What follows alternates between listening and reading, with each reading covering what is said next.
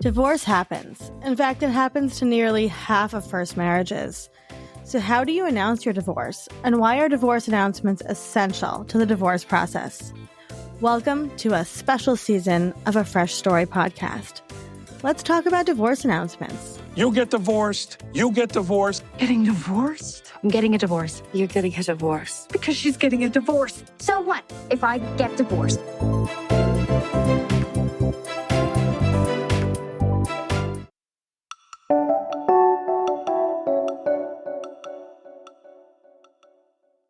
Hello, hello, hello. We're here with Jordan. Jordan, can you tell us who you are and what you do and where you're from?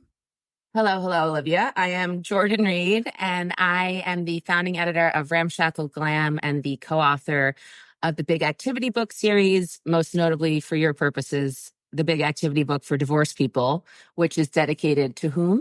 To me, it's my favorite. I love it. It's actually, we're very picky with the divorce books that we recommend to people. And I think I only recommend 2, and that is one of them. So Oh, good. yeah, we'll link to it in the show notes. Thank you. Where are you from, Jordan? Well, I'm originally from New York City, but I live in like Malibu adjacent. I live in sunny California. Jordan's a New York Barbie who has been displaced to California. Yeah, sure. Displaced Barbie. Yeah. So Jordan, you were my only friend that was divorced when I decided to get divorced, and I think I was about a year after you. So you have had a social media platform for a long time and a lot of family and friends who adore you. So when it comes to a divorce announcement in whatever capacity that looked like, what did that look like for you when you told people about your divorce? So I don't remember, honestly. I was in such a state of fight or flight. It was such a monumental. I just had never anticipated that in a million years. And even though I was the one who sort of instigated the separation, just getting to that place put me in a state that I truly don't recall. I don't recall telling my children. And my friends assure me that, yes, of course I did. Like I sat them down, but I had no functional memory of it. Since I have Ramshackle Glam, I wrote about it, but I had to be very cautious, obviously, for mostly because of just protecting my family and our personal life. But I remember the day after we split, I took the kids to a water park and made this very moody, sad video in slow-mo of them. And people were like, "Are you okay?" Yeah. And then I wrote about it after. I wrote about it in several blog posts, but it was actually my favorite writing I've ever done. Was that whole era of writing about it. But I had to process things before I could sit down and write them, of course. So everything sort of came out later than it was actually happening. Yeah, which I think is true for a lot of divorced women writers or writers who write about their divorce. Yeah. You were one of the first. I'm going to just give you that credit that you really were one of the first people to write openly about your divorce. I think you started that whole train going. I really do, because I think, a lot of, if you think about the timing of blogging, right? A lot of we kind of followed blogging from like single life to then getting married, which you blogged about, right? Your weddings. And then you were one of the first people to really write about your divorce. And I think, I'm going to give you credit. Thank you. I mean, it's funny, like writing about anxiety. When I started writing about anxiety with the Big Activity book for anxious people, but also just on my site, people were like, "Oh my God, I can't believe you're saying these things out loud." But that now it's so wonderfully normalized to be open about your mental health struggles. But even just if what was that, like 7 years ago? It was a big deal to talk about that stuff. It was. And if I remember correctly, because I was working with you at the time very intimately when you were in the process of getting divorced, people noticed that your ex-husband was not on your social media as much as he was. And they were asking on message boards and in comments and things like that. So what did that feel like to be processing so much privately and then know publicly people were wondering what was happening in your marriage? I the extent of how much this felt like an emergency can't be overstated. Like, Yeah. I had a divorce binder was the first thing. I mean, like, I got very type A about it and went and had, like, just different sections, but I was moving. I was selling a house. I was getting the kids new schools. So I don't recall being overly concerned with what media people thought about, as much as I was concerned with what I thought about myself, which wasn't fantastic at the time. Yeah. But yeah, I remember, like, speculation, and that's never fun because you don't want, but also that's just sort of part of what you sign up for, I think. It is, and it happens just on regular civilian life, right? Like, people on Facebook, right, are like, oh, I noticed your Facebook picture changed. I noticed, he changed his picture to one of him and the kids, whatever it is, right? So it happens. So with that being said, why do you think that divorce announcements, and I use the phrase announcement, but really it's telling your community, why do you think that that's important to do, whether you are a celebrity or a blogger or just a regular person? I think for your own peace of mind and sense of, just the idea of having that conversation over and over and over with every new person, confronting each new person's opinions about your divorce, that just adds a layer of stress that doesn't seem necessary in this particular age when we have the option and when people are frankly used to getting information this way. It's not weird anymore. It's not. I love that. You see the celebrities doing the divorce announcements, and I think the first couple who did it was like, that's so bizarre. And now it's like, oh, that makes sense. Yeah. Like, they put it in their own words. You get it out there. You can explain as much or as little, and you kind of shut down speculation that way. And that's a very hard part of, just, people are behind your back. Yeah. I wonder who cheated. Yeah. That kind of thing. Always. And being able to frame your narrative as you want it framed. What a relief that would have been to do. I guess I did. I guess I did do it with the blog posts, but it was more like death by 1,000 cuts that way.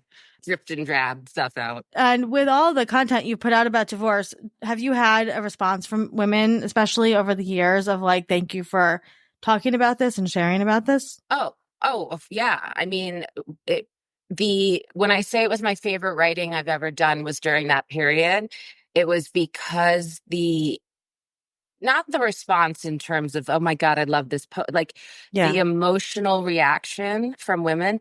I reconnect. Like, I had friends from high school, not friends, people I went to high school with who I didn't know, reaching out and being like, pouring them. Like, it makes me weepy to think about it. They just poured themselves out over Instagram DM to me, someone I went to high school with, because they didn't have anyone to ask, because there's so much judgment.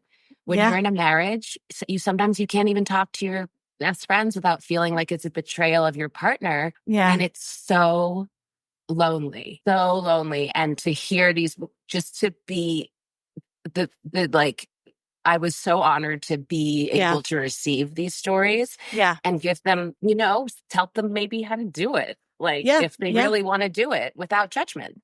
Yeah. And I love that. And I had the same response from people. And I think that is why we have to talk about this. Because divorce happens. I think it's almost every minute there's a divorce in this country. So the fact that that's happening so much, and there's still a lot of people, I'm the first one, you're the first one. They have nobody else to go to talk about this, right? Nobody. It's wild to me. It's wild to me. So as somebody that's shared so much about your divorce, what would be some things that maybe somebody should or shouldn't do when it comes to talking about their divorce in a public setting? I think, having boundaries is probably, that's like, I'm sorry, I'm not willing to talk about this. Like, I'm not comfortable talking about this any further. Just know what you're comfortable sharing and what you're not, and you can stick to that.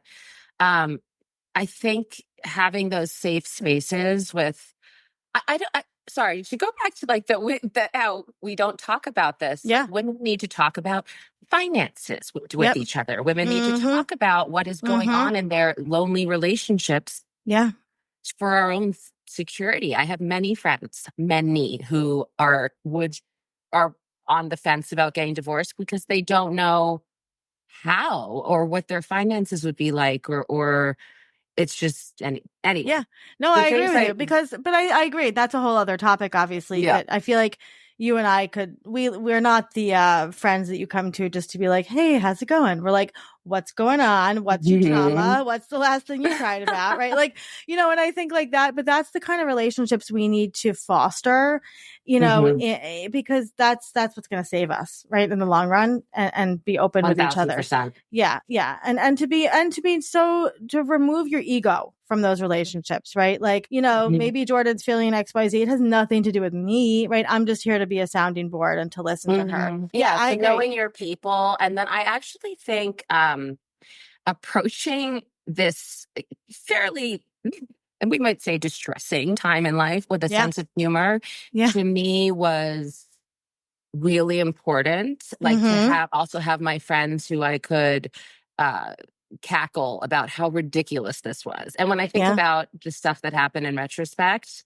it was funny. A lot of it was really funny. You have to be able to laugh. My mom went after my ex-husband's get out, and that's very sad and scary of a story. Or it's been helpful for me to reframe things as human experiences that are silly. Totally. 100%. Humor has to get you through divorce. So that being said, can you tell us a little bit about your book for divorced people? Oh, the big activity book for divorced people, you mean? Yes. So the impetus behind the big activity book for divorced people was obviously my own divorce. I just didn't want to read anything that was like, love yourself. Love yourself and like getting back into dating. Hilarious. Like setting up your own place. Like it can be fun and funny and exciting, and it doesn't all have to be such a downer. No, even like, I love all of it. Here that's hopefully helpful. Yeah. But I think the biggest part is like the commiserate, like the knowledge that there are other people out there to laugh about this with, in addition to cry about it with. Yeah. And also just the activity of doing something with your brain and your hands while you are waiting for your divorce lawyer to call you back. And you can have an activity book there that will make you smile, that is co-written by somebody that has been through it, I think is important to have. Yeah. Well, you can read all of Jordan's divorce writing still up on Ramshackle Glam, correct? Yeah. So people can go check those blog posts they're out. All tagged divorce. Perfect. Well, you can go check them all out. I would say they're evergreen, quote unquote, because divorce, as different as most divorces are, there's still a lot of similar threads that run through a lot of divorce. And I think the common experience. Thank you so much, Jordan. I always love seeing you and chatting with you. I adore you, Olivia. Thank you for having me.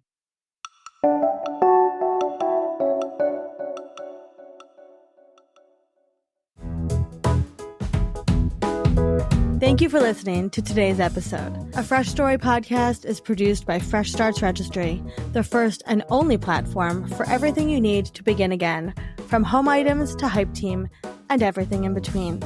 You can learn more and read today's show notes at afreshstory.com.